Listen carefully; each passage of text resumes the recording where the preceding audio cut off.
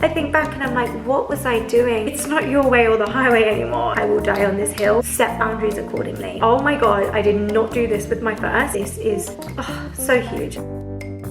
Hello you guys and welcome back to my YouTube channel. I'm so excited to be sat here and going through some of the things that I wish I had known sooner as a new mom. I know what it's like to be either pregnant and having no idea what it's like going into that newborn / postpartum phase, but also being in the depths of postpartum. When I was pregnant and when I was in those postpartum stages, I was just searching for words of wisdom, words of advice, things that would give me a little bit more self-belief in myself as a mother and a little bit more confidence in myself as a mother and just a little bit more inner peace within myself as a mother. I'm nearly 2 years into motherhood, so I felt like I would pay it forward with this video and share with you guys 10 things that I wish I knew before having my baby, so that newborn / postpartum phase would just be a little bit more easy to transition into. Without further ado, I'm gonna get straight into number one. Things will be different. Life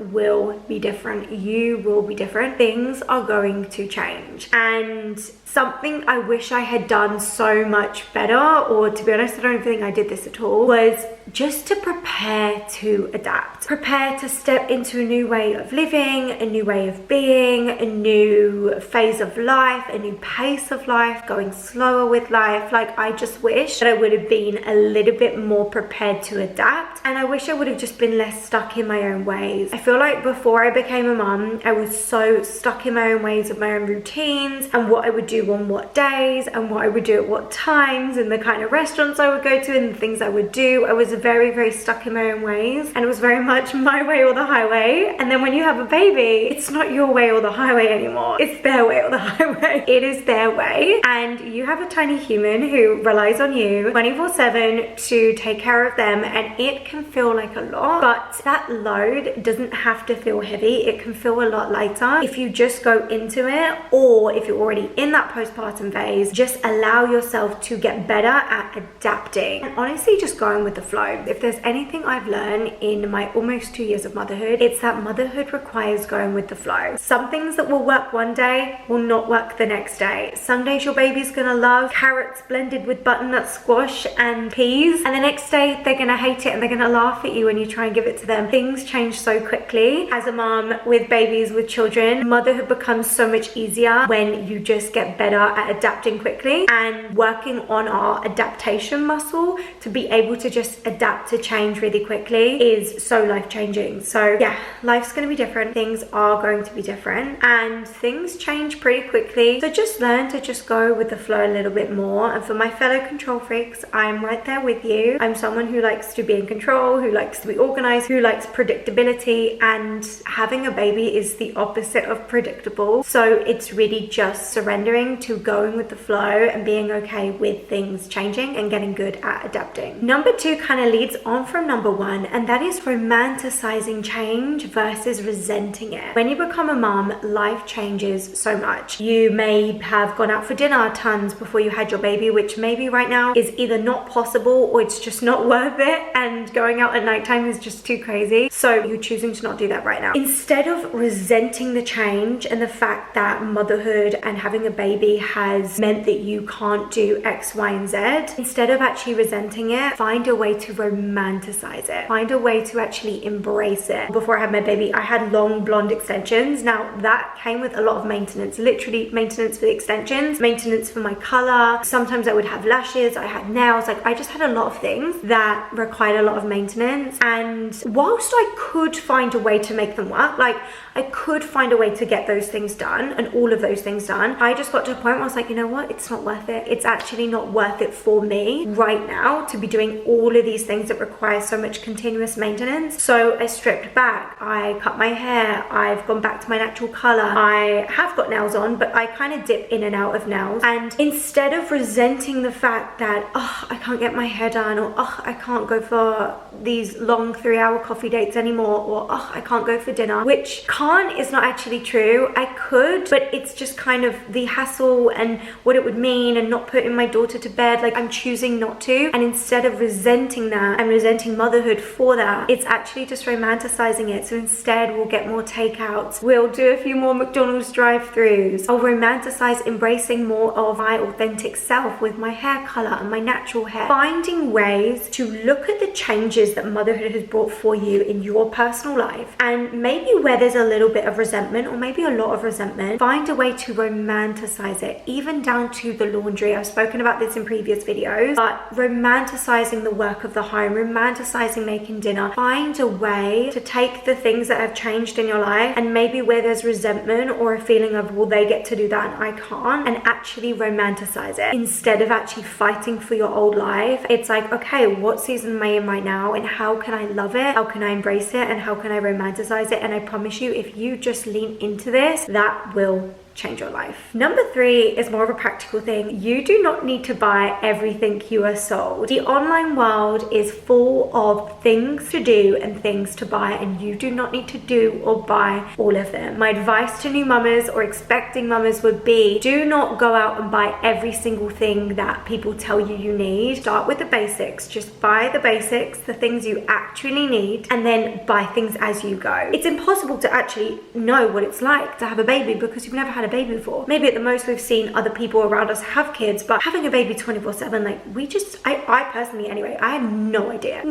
And you kind of just want to prepare yourself as much as possible, so you go out and buy every single thing you think you'll need and download every single app. But the truth is, you just need the basics and learning as you go. If I could turn back time with my first, I would have just bought a few things and then bought more of those things as I needed them. So even with sleep suits, I wish that I would have bought more zips and less poppers. When you're up in the night 1, 2, 3, 4, however many times, just being able to zip and go back to sleep is just so much easier. But because I bought so many sleep suits, by that time there was no actual point buying more, whereas with my second I'm only buying zippers. But I wouldn't have known that until I actually had the baby. Buy a few of the things that you'll need, but then as you go about life and you learn things you need, things you don't need, oh, we're missing this, or we could really do with this, buy it as you go. There is next day delivery in almost all retailers these days. Set boundaries with visitors. I have said this so many times in so many places. Set boundaries. When you go into that postpartum phase and you've got a newborn and you've got all your postpartum hormones and you're in your mama bear phase, and not for everyone, because I do think that some people really enjoy having a lot of people around them. For me, I'm a natural introvert, so I just need a lot of my own time. I like a lot of quiet time, so having visitors can sometimes be a little bit overstimulating for me. I would really recommend just getting to know yourself on this one and setting boundaries accordingly. So if you know that by the evenings those are kind of a little bit stressful times for you with bedtime and bath time and figuring it out, just there's so much going on, and maybe you're breastfeeding or whatever the case may be, you know evenings are not a good time for visitors. Set boundaries accordingly. If you know that on a Sunday you like to have a family day with your baby and your partner, set boundaries accordingly. We don't have visitors on a Sunday. This is really about getting to know yourself, getting into a little bit of a rhythm in your home. It may take a while, a few weeks, a few months even, to get into a rhythm within your home, and a rhythm that feels good and reliable. And then from there you'll know, okay, it actually works for us to have visitors at this time before the baby naps, or it works at this time after the baby naps, or maybe the baby's napping at random times, so you pick a day that you're most relaxed. Maybe it's a Saturday because your partner's not working, whatever it may be. Just get to know yourself, your needs, what fills you up and what depletes you, and set boundaries accordingly. I will die on this hill. This is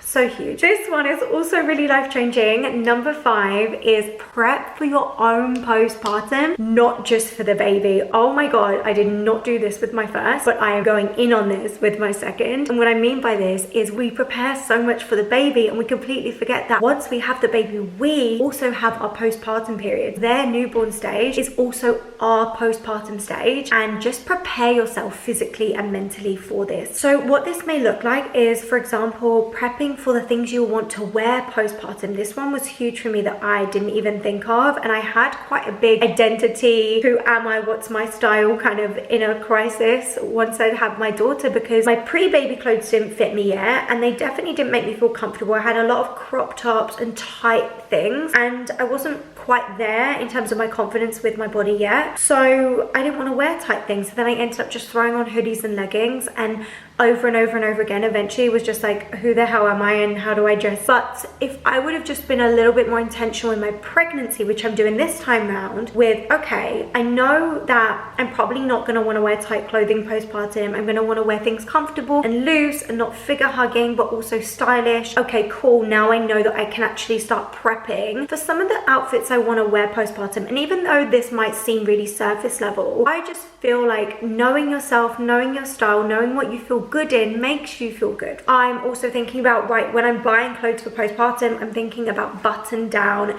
I'm thinking about nursing tops. I do think there's so much power in just thinking about your future self. Another example is your food, so maybe doing some meal prep. Something I'm going to do in my postpartum prep is prepping things like smoothies, soups, dinners, and freezing those. I'm really thinking about myself postpartum, knowing I'm not going to have a lot of spare time. Life is going to be all about going with the flow. I'm probably not going to know what day it is, so how can I just make my life a little bit easier then? I'm really prepping for convenience and comfort in my postpartum phase of life. I really want to provoke you to think about you when you're postpartum and what is going to support you in that journey, in your physical world, in your body, and in your home, and really prepping for yourself, because a happy mom is a happy baby. And if you can make postpartum a little bit easier for yourself and a little bit more comfortable, that really will radiate through your home and through how you mother your baby as well. Number 6 might not resonate with you, but this was definitely huge for me, so I want to share it because it may resonate with some of the people listening. You do not have anything to prove. You don't need to prove you're a confident mom. You don't need to prove that you're a good mom. You don't need to prove that you have it all together. I wish that I would have just stayed home a little bit more postpartum and just basked, is that how you say it? Basked in the magic of postpartum and stayed in bed and just let myself not have it together. Instead, I was fighting to have it all together and to look like I had it all together, and I was trying to wear makeup and go out the house and go for coffee dates and go shopping. And I think back and I'm like, what was I doing? I wish I would have just surrendered and been like, you know what? This is new. I am just going to stay home and embrace this season, figure it all out, and go at my own pace instead of trying to keep up with the pace I had before. I wish I would have just not done that and just realized that I have nothing to prove and I can just enjoy this newborn stage. And if I'm not feeling confident, that's okay. I don't need to go out. I don't need to prove anything. And I think as a first time mum, it is easy to feel like you just want to prove that you've not changed and you've got it all together and you're not struggling. It's okay to just be like, you know what, I'm figuring this out. A lot of changes, and you know what makes it so much easier, which I wish I would have done, was just accepting that and surrendering to that and being okay with that, and knowing that things will get easier for you, things will become more natural, and you don't need to put yourself into high pressure situations that is going to stress you out, because you don't deserve or need extra stress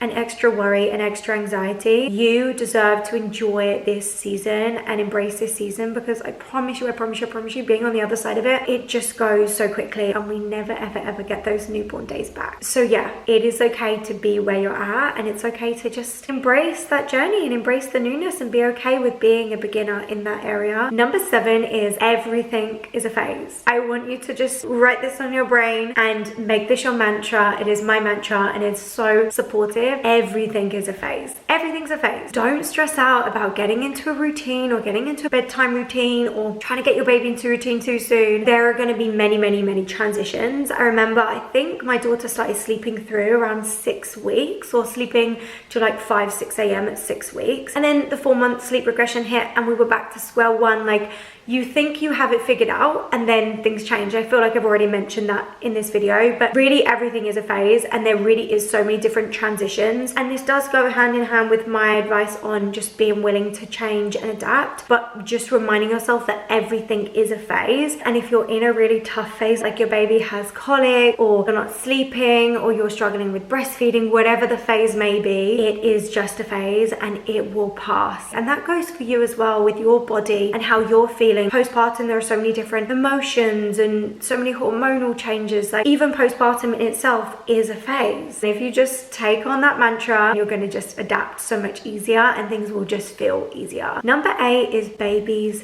cry. Babies cry and it's okay. It is their only form of communication. It's their only form of telling you anything. And what I have found to have been so supportive is working on my own triggers and my own reactivity to crying and to loud noises in general, and learning not to react and actually just respond, which sounds easier than what it is. If you are not used to a lot of noise and a lot of crying, it can trigger a reaction within you. It can trigger you to be like, panic, what does this baby need? Is this baby okay? And over time, I guess with confidence and with time and experience, and also intentionality with my own mindset work, deepening my own compassion levels and approaching crying with an open heart and a soft heart has just helped me to be less reactive and more responsive. And along this journey as well, working on my own triggers and my own reactivity patterns and looking at where I'm triggered by loud noises, where I'm triggered by taking up space, and actually healing those parts of myself and being really self-aware and taking that responsibility, and over time really learning to remain neutral within my body and not take on the energy of crying, instead just remain calm and respond to crying versus reacting to the crying, and remaining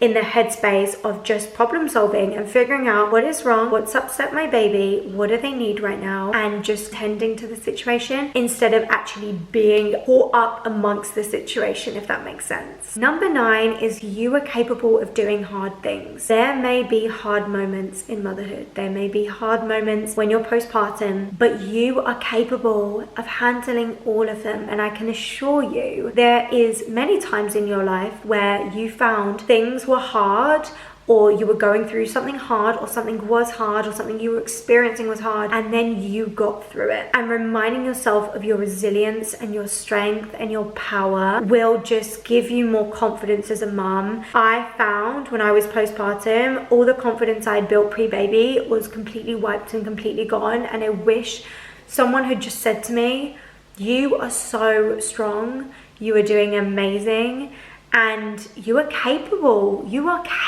Like, I feel like that word capable is so powerful and so impactful. Even if there are moments where you have no idea what you're doing, or breastfeeding is not working out, or you're struggling with your body image, or you're struggling because you're not sleeping, whatever it may be, you are capable of doing hard things and getting through hard moments, and reminding yourself and affirming to yourself that will give you so much more confidence and conviction within yourself. And confidence and conviction are such powerful emotions to feel as a mother, especially as a new mom, because I think it can be a really vulnerable time. But yeah, I wish I would have just given myself a little more words of affirmation that I was strong, I was powerful, I was an amazing mom. And yeah, that's ultimately what I want to come through to you, is that you are capable. And even if at moments you feel like, why am I not getting this the way other people are? Why does it look so much easier for her? Why am I struggling with this and seems like no one else is? You are capable of doing hard things, of doing new things, and moving through resistance. And I guarantee you there was a time in your life where you thought you couldn't do it, but you did. You're amazing, you're powerful, you were built and born to do this, and don't allow yourself to believe the thoughts that tell you any differently. Finally, number 10 is motherhood will change you in all the best ways. I fought so hard in my first few months of motherhood for my old life, for my old identity, for my old routines and things that I was doing. And when I stopped actually fighting for that, and I stopped trying to be the person I was before, and I actually allowed myself to embrace motherhood and step into it with my full heart and my full intention and my full energy, when I actually allowed myself to embrace the role as a mother, my life changed for the better in so many ways. And I felt so much happier, more content, and more connected to my authentic self, more than I ever have before. And I became okay with the fact that motherhood had changed me and is changing me, and I'm not who I was before. And when I stopped trying to be who I was before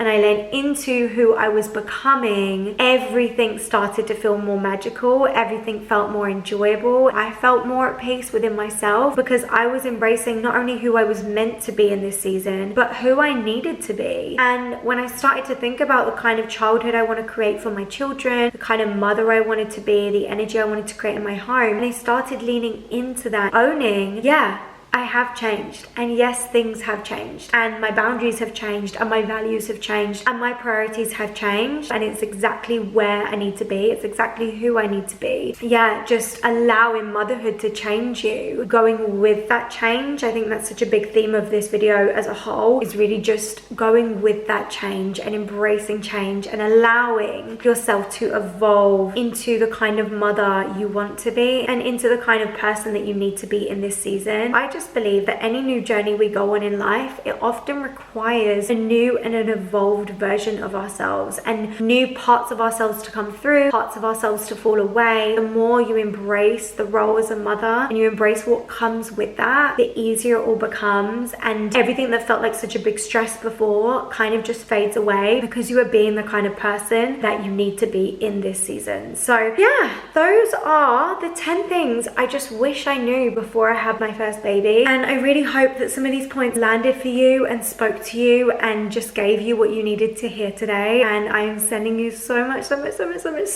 love and strength and power and confidence and conviction and enjoyment on this new journey and in this new chapter. If you're not already, make sure you subscribe so you don't miss any future videos. And if you did like this video, please let me know in the comments below. I read all of my comments, I reply to all of my comments, and yeah, I would love to connect with you in the comment section. All right, you guys, good luck, and I will see you soon. Bye, guys.